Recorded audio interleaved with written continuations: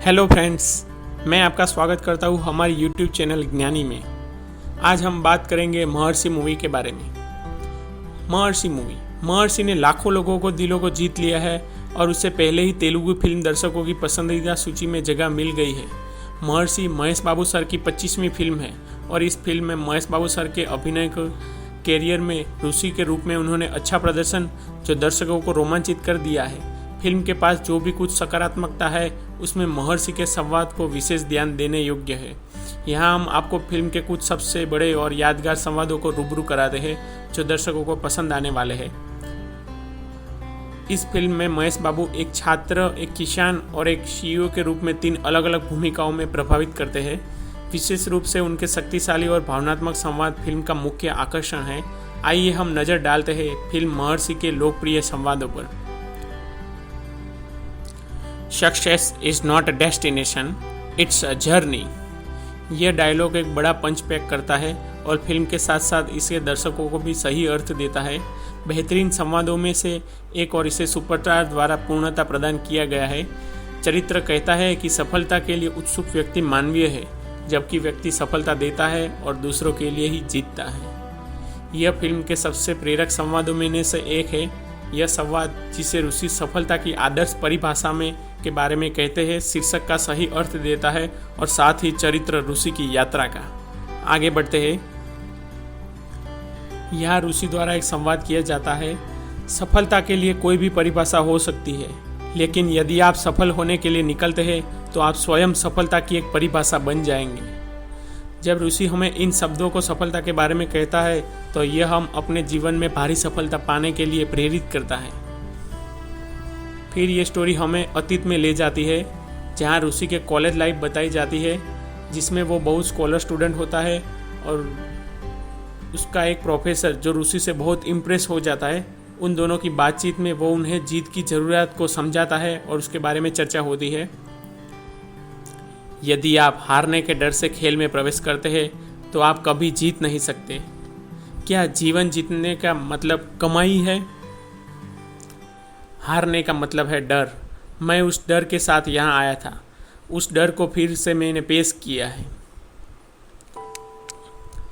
हार जीत के साथ फेसबुक और व्हाट्सएप पर गुड मॉर्निंग संदेश भेजने के लिए भी अच्छा है, लेकिन एक बार जब आप असफल हो जाते हैं तो वही दुनिया ज़मीन पर आपको डूबने और आगे बढ़ने का इंतज़ार करेगी। जीत के अलावा यहाँ अन्य कोई विचार नहीं है। फिर एक सीन में हमें उनका वो जो सीन है वो केजीएफ मूवी जो माँ वाला सीन होता है उसी तरह एक इमोशनल सीन बताया जाता है, जिसमें ऋषि अपने गार्ड को दरवाज़ा खोलने से रोकता है और मना करके बाद में वो खुद जाकर उसे अपनी माँ के लिए खोल देता है। वो बहुत इमोशनल सीन दिखाया गया है। उसके बाद सफलता कोई मंजिल नहीं है, सफलता एक यात्रा है। फिर वो अपने अतीत में चले जाते हैं और फिर एक तरफ ये दूसरी स्टोरी भी चल रही होती है जो साइड में धीरे धीरे हमें उसके अतीत के बारे में बता रहती है। अतीत बता रहा है कि हम सफल हैं या नहीं। मुझे सपनों पर विश्वास नहीं है, तथ्य पर विश्वास करो। मैं हमेशा इस स्तर पर रहना चाहता था। मैं हूँ सफलता की परिभाषा जैसी कोई भी चीज़ नहीं है। यदि हम सफल होते हैं तो हम ही एक परिभाषा बन जाते हैं। दुनिया कैसे आगे बढ़ रही है, लेकिन अब दुनिया पर Google, YouTube, WhatsApp, Facebook, Twitter बढ़ रहे हैं। अगर आप ऐसा कोई सॉफ्टवेयर पा सकते हैं तो फिर दुनिया भी आपकी हो सकती है। फिर उनके कॉलेज की स्टोरी आती है जिसमें वो 3 फ्रेंड दिखाए जाते हैं और उसमें कॉलेज लाइफ बताई जाती है और इस सीन में हमें अपनी कॉलेज की याद आने लगती है। फिर उनके सक्सेस की स्टोरी ही आगे चलती रहती है। फिर पिक्चर में थोड़ा सा ट्विस्ट भी आता है जो आपको देखना पसंद पड़ेगा, जो वाकई में बहुत अच्छा है। फिर उसके बाद आती है विलन की एंट्री। उसमें एक डायलॉग सबसे अच्छा है जो है वो बताते हैं, मुझे लगता है कि आपको जीतने की आदत है, अब से हारना सीख लो। वाकई में जो वो डायलॉग जब बोलते हैं तब वो सीन देखने लायक होता है। फिर स्टोरी में एक मोड़ पे चेंज होती है जहां हम खेत के बारे में वाकई बहुत अच्छा ज्ञान दिया जाता है जो आज के ज़माने की सबसे बड़ी ज़रूरियात है।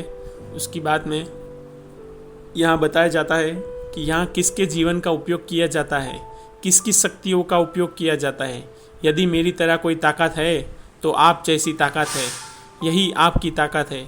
आप जो मानते हैं उस पर आप खड़े होते हैं तो फिर जीव खुद आकर आपके चरणों में बैठ जाएगी। हम हर 2 साल में एक बार रोड लेग पर प्रहार करेंगे तो यदि वह अपना वेतन नहीं बढ़ाता है, लेकिन किसान अपने जीवन में उस बीज की तलाश करता है जो उसने बोया है, जो कि वहाँ वर्षों से वो विश्वास करता है कि इसको क्या लाभ होता है या नहीं, ऐसे किसान साहब के साथ हम कैसे एक हो सकते हैं। सोचो, अगर कोई लड़की परेशान है तो यह घर के लिए अच्छा नहीं है, और एक किसान परेशान है तो यह देश के लिए क्या होगा। हम किसान को आत्महत्या करने के लिए भी नहीं करते हैं, लेकिन दैनिक पत्र में एक सामान्य समाचार बन गया है। किसान की मौत से हुए नुकसान का भी हमें पता नहीं है। खेती करने वाला सिकुड़ रहा है, खाने वाले बढ़ रहे हैं, इसलिए बाजार में कीमतों के साथ साथ मिलावट भी बढ़ती जा रही है। यदि यह मामला है तो जो संपत्ति आप कल अपने बच्चों को देना चाहते हैं वही उनके अस्पताल के खर्च को कवर नहीं कर सकेगी। भूमि का मूल्य भी बढ़ रहा है, किसान मूल्य घटता जा रहा है। यदि हम ऐसी इमारतों का निर्माण नहीं करते जो भूमि के मूल्य को बढ़ाएगा तो हम क्या खाएंगे और जीवित रहेंगे। इसलिए कोई भी किसान अपने बेटे को किसान नहीं बनाना चाहता। कौन है? सरकार। हम नहीं है। किसान की सुरक्षा की जिम्मेदारी केवल सरकार की नहीं है बल्कि हम सभी की है। यह अधिकार किसान की दुर्दशा को दर्शाता है, जिसका अंग्रेजी में अर्थ यही है कि जहाँ एक बच्ची के आंसू को एक परिवार के लिए बुरा माना जाता है, वहीं किसान के आंसू राष्ट्र के लिए बुरे माने जाते हैं। किसान का सम्मान वर्णन करते फिर भी महर्षि का एक और संवाद जो किसानों के लिए बोलता है और वो वास्तव में उनके लायक है, जब चरित्र कहता है, किसानों को हमारी सहानुभूति की आवश्यकता नहीं है, लेकिन किसान हमारे सम्मान के पात्र है। तो यह आपको उन किसानों के बारे में सोचने का मौका देता है जो सभी सम्मान और प्रसन्नता के पात्र है।